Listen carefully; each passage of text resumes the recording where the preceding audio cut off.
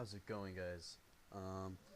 So yeah, I did a video on kind of how to help you out a little bit on Call of Duty, or any FPS, but mainly Call of Duty. So, right now I am just doing a little bit of practice.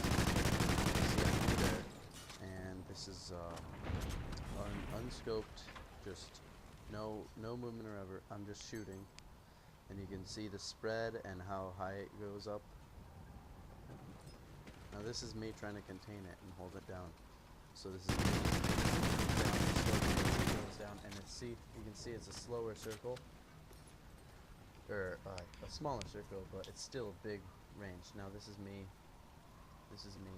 aiming down sights. Alright, now you see that just climbed straight up.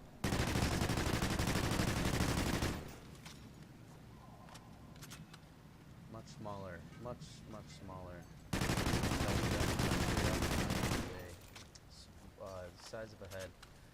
It's because this is gonna help you a lot when placing your shots. If you gotta take a long shot. Now this is gonna be me taking burst fire, and you can kind of tell that there's just a little bit from the other one. Too much different, but it depends on how good you are at that. I would recommend burst fire for the long range because it's much better, and you can see that this gun has the foregrip. Now this is just I made a little guy, so I'm showing you where exactly you'd want to aim, and if you aim right where I'm aiming, then you can aim like right about where the heart is, and even if it travels up, it should hit them in the head. It's a lot harder on a moving target, obviously. But you can see I can contain my shots right around the head, right around the neck area. So next thing is going to be handling multiple enemies at a time.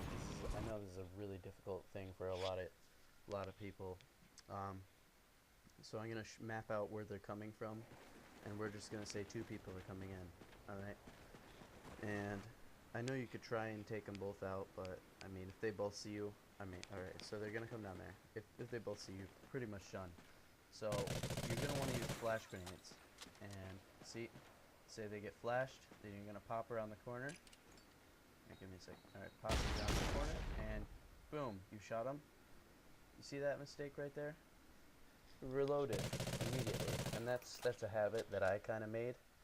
So I mean, there's one dead. You don't have any cover, and you still have 13 bullets left, and you could have killed somebody else with that. So that's a habit that I made. As soon as I kill somebody, I pretty much reload. And so, alright, say they're coming again, throw a flash or a stun grenade. They're done, take them down with that. They go back into cover, get reload, shoot them again. So this is going to be me comparing, because switching weapons is a lot better than reloading, especially if you're in the middle of action. You can't get over to cover. Now that really depends on what your secondary is.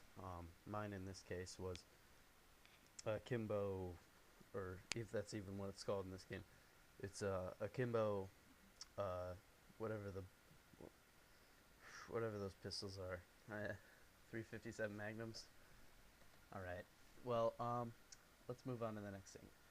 Utilizing contextual lean. This is only for the new Call of Duty Ghosts, and this is a pretty cool feature, and I haven't really used it much, but if you're defending an objective, such as this, say you're defending C, then you got a lot, you get to hide behind cover, and you just pop your head out, and it doesn't work with dual, but alright, that's where the flag is straight ahead, and that's how much movement you get over. And you're barely popping your head out, so you're not very visible to them, and you got plenty of range of sight. So this is another thing, and you can also throw grenades when you're doing this. So this is really nice for throwing grenades around the corner, which is a pretty difficult thing to do, because throwing grenades around the corner, I find that a lot of the times it really just pisses me off. I'm in the middle of throwing a stun grenade into the room, and somebody just runs up and shoots me, and I can't do anything against it. Alright, so I'm going to show a little bit more of this. See, now I can pop out and just throw this. Oh, oh, but you get the point. You can stun a whole room without really concentrating on it. It's just a little easier to throw stuns.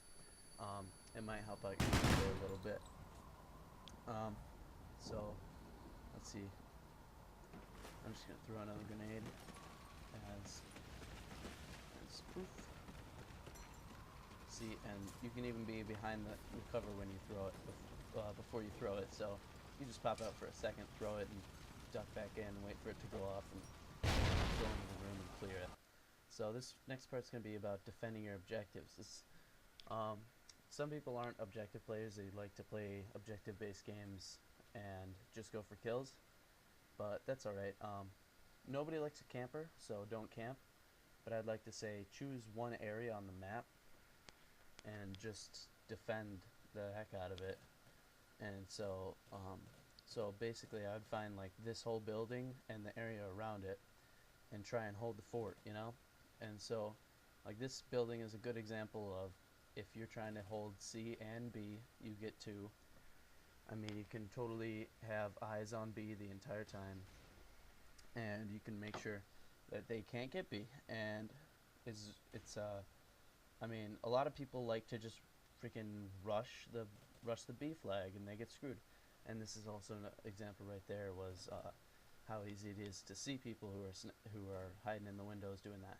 And now, this is one thing. This is just a personal choice. It doesn't really have to be you, but I like using Semtex grenades. If you're early in the game and you don't want to spend your squad points, it's fine. You don't have to buy a Semtex. It's really not useful. It's really not all that helpful. I just like them because people can't throw them back, and you can stick people with them. So this is gonna be this is just short, and I know obviously this is pretty obvious. You probably want to capture an objective with stealth, but try and find a way with a little bit of cover so that you're not out in the open, or at least if you have two people taking an objective, one person can take the objective, and you can guard them, try and shoot people who are trying to shoot them.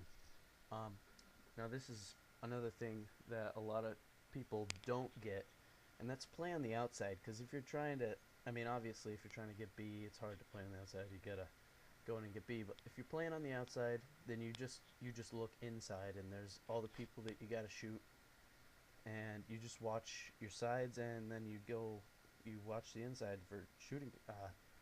It's poorly explained, but so basically, you just want to play on the outsides because that's the opposite of playing on the inside. And playing on the inside basically means that you're sitting in the middle of the map and everybody can shoot you. So, um, you know, just playing on the outside is obviously a lot better for basically that reason alone. And I'm not trying to say anything that you're doing anything wrong. I'm just these are little things you could do to get better if you're not already doing them to play better and do better overall. So this next one is checking corners and sprinting. So basically this is a big problem with new people who just sprint around the corners and they just get shot before they can even lift their sights up to shoot the other people. And so basically the big statement here would be if you're in even a possibly dangerous situation, just don't sprint, don't run, just take it slow and check your corners slowly and thoroughly so that you don't get surprised, alright? So, that's all for today. Thanks for watching the video. Like and subscribe if you already haven't. People. And I'll see you next time. You're dead, mama. We're gonna live this one through.